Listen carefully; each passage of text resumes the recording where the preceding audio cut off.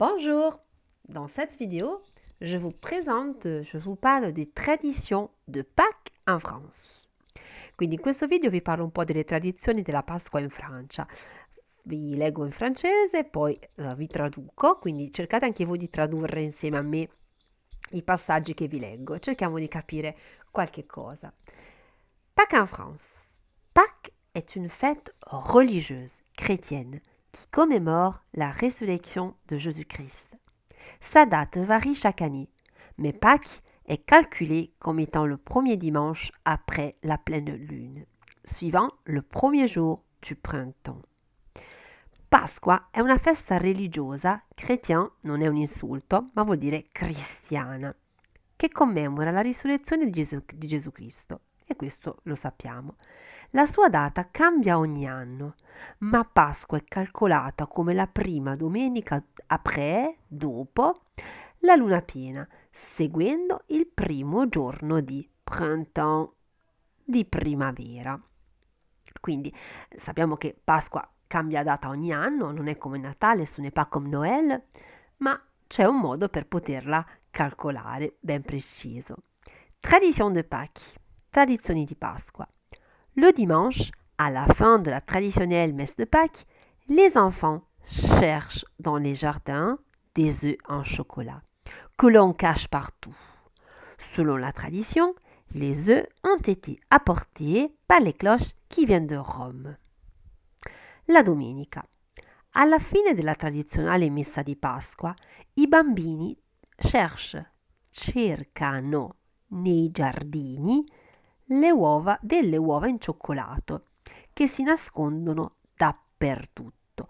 Secondo la tradizione, le uova sono state portate dalle cloche, dalle campane che vengono da Roma. Ma cerchiamo di capire di più delle campane che vengono da Roma, che cosa fanno? Selon la légende catholique, les cloches partent de Rome le jeudi saint et reviennent le jour de Pâques, le lundi.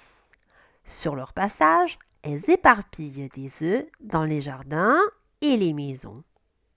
Secondo la leggenda cattolica, le campane partono da Roma il giovedì santo e ritornano il giorno di Pasqua, il lunedì, quindi fra la domenica e il lunedì di Pasqua.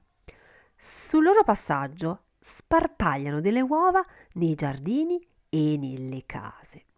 Quindi questa è la leggenda. Secondo la leggenda queste campane provenienti da Roma lascerebbero cadere in giro uova sui giardini e sulle case. Questa ovviamente è la leggenda. Oggi che cosa è diventata questa leggenda? C'est alors l'occasion pour tous, petits et grands, de manger du chocolat. Et cela sous différentes formes. Œufs, poules, cloches, poissons en chocolat. Les enfants se font une joie de chercher ces trésors en chocolat et en sucrerie que leurs parents ont cachés avec soin. È allora l'occasione per tutti, piccoli e grandi, di mangiare del cioccolato, e ciò sotto diverse forme: uova, galline, poule, campane, pesci in cioccolato. I bambini si rallegrano di cercare questi tesori in cioccolato e in zucchero che i loro genitori hanno nascosto con cura.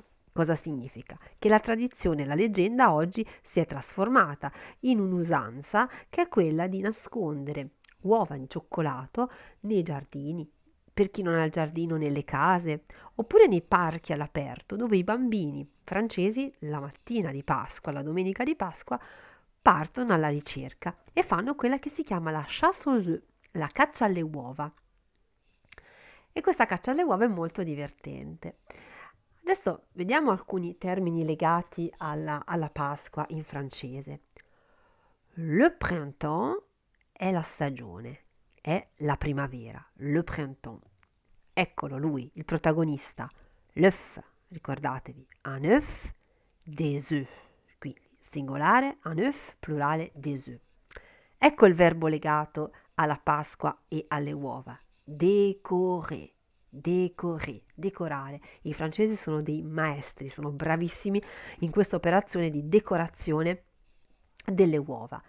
Un altro verbo importante, cacher, Eccola qui, si possono nascondere nei giardini, nei prati, ma anche semplicemente in casa, donc dans les jardins ou dans un appartement, dans le salon par exemple. E si scatena la chasse aux œufs de Pâques. Inizia questa caccia alle uova divertentissima con i cestini. Si va, si possono fare da sole un gruppo. Queste uova ovviamente sono en chocolat, quindi l'uovo non è più semplicemente quello sodo, ma è diventato un uovo in cioccolato, insieme alla poule che è diventata in cioccolato.